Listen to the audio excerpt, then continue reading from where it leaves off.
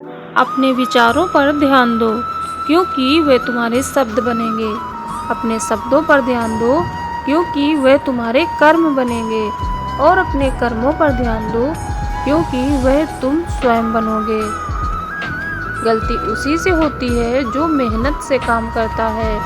निकम्मों की जिंदगी तो दूसरों की बुराई खोजने में ही खत्म हो जाती है। बोलना सीखिए, वरना जिंदगी भर सुनना पड़ेगा।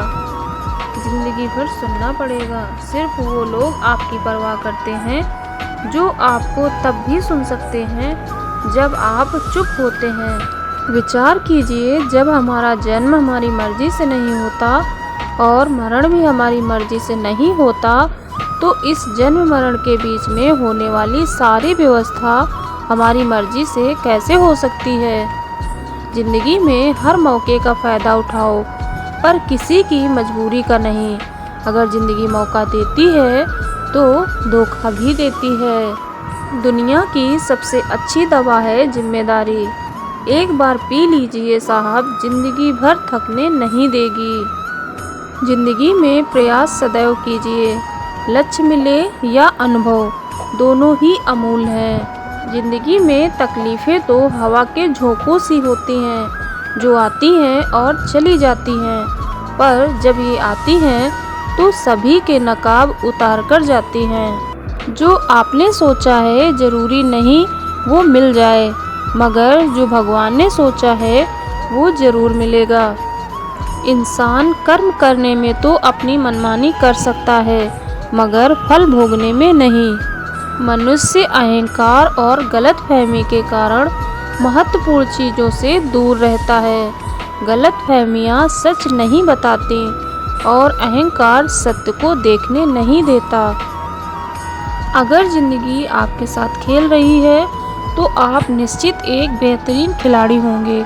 ज़िंदगी का काम है ठोकर मारना, बिखरना है या निखरना है, यह तो आप पर निर्भर करता है। आज तुम्हारे जीवन में कितनी भी मुसीबतें हैं, इससे कोई फ़र्क नहीं पड़ता।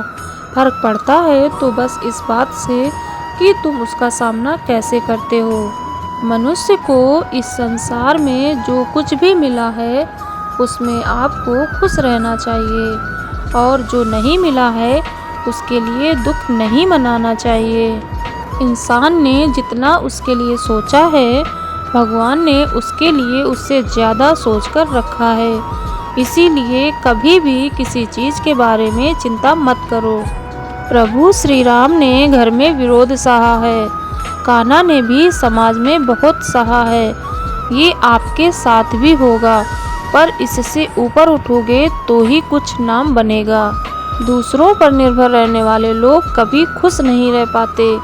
इसलिए इस लायक बनिए कि अपनी इच्छाओं को आप स्वयं पूरा कर सकें। यकीन करो, जो तुम्हें भूल चुका है वो भी याद करेगा। बस उसके मतलब के दिन आने दो। आप अपने शब्दों को चाहे जितनी भी समझदारी से बोलिए, लेकिन सुनने वाला अपनी योग्यता और अपने मन के विचारों के अनुसार ही उसका मतलब निकालता है। कहानी ज़िंदगी की यही है कि इसमें मनचाहा किरदार नहीं मिलता है। ज़िंदगी तो अपने दम पर ही जी जाती है।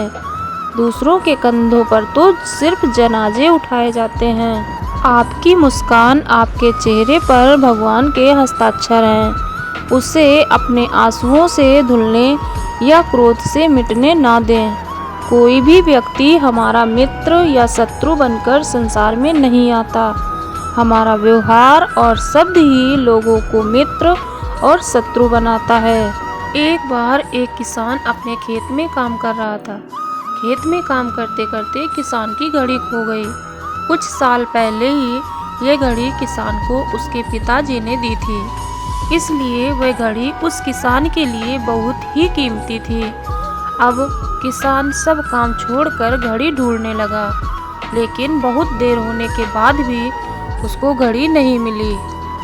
थके हुए किसान ने पास में खेल रहे बच्चों को बुलाया और उनसे कहा कि बच्चों, इस खेत में मेरी घड़ी गुम हो गई है।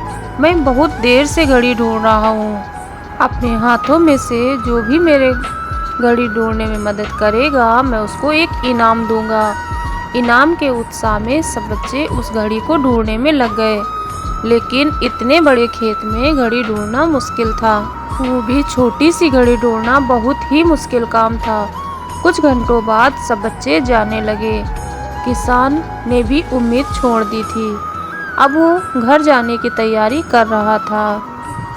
आखिर में एक बच्चा उस किसान से कहा कि सब बच्चे चले गए, मुझे बस थोड़ी देर और घड़ी ढूंढने दीजिए। किसान ने कहा ठीक है, मैं कुछ देर बाद आता हूँ, तुम देखो तब तक घड़ी मिलती है या नहीं। किसान जब 20 मिनट बाद आया तब बच्चे के हाथ में घड़ी थी। किसान आश्चर्यचकित हो गया और बच्चे से पूछा, तुम्हें इतनी जल्दी घड़ी कैसे मिली? सब जा चुके थे। अब इतनी शांति थी कि मैं धीरे धीरे पूरे खेत में घूम रहा था और आवाज़ सुनने लगा। जैसे ही इसे शांति में मुझे आवाज़ सुनाई दी, वैसे ही मुझे पता लग गया कि घड़ी कहाँ पर है। दोस्तों, ये कहानी शांत दिमाग की बहुत ही बढ़िया उदाहरण है। जब हमारा दिमाग शांत होता है तो हर बड़ी चिंता खत्म हो जाती है और आसपास का शोर भी कम हो जाता है। तो हमारा दिमाग अपने आप काम करता है और हमें यही सही दिशा दिखाता है। धन्यवाद।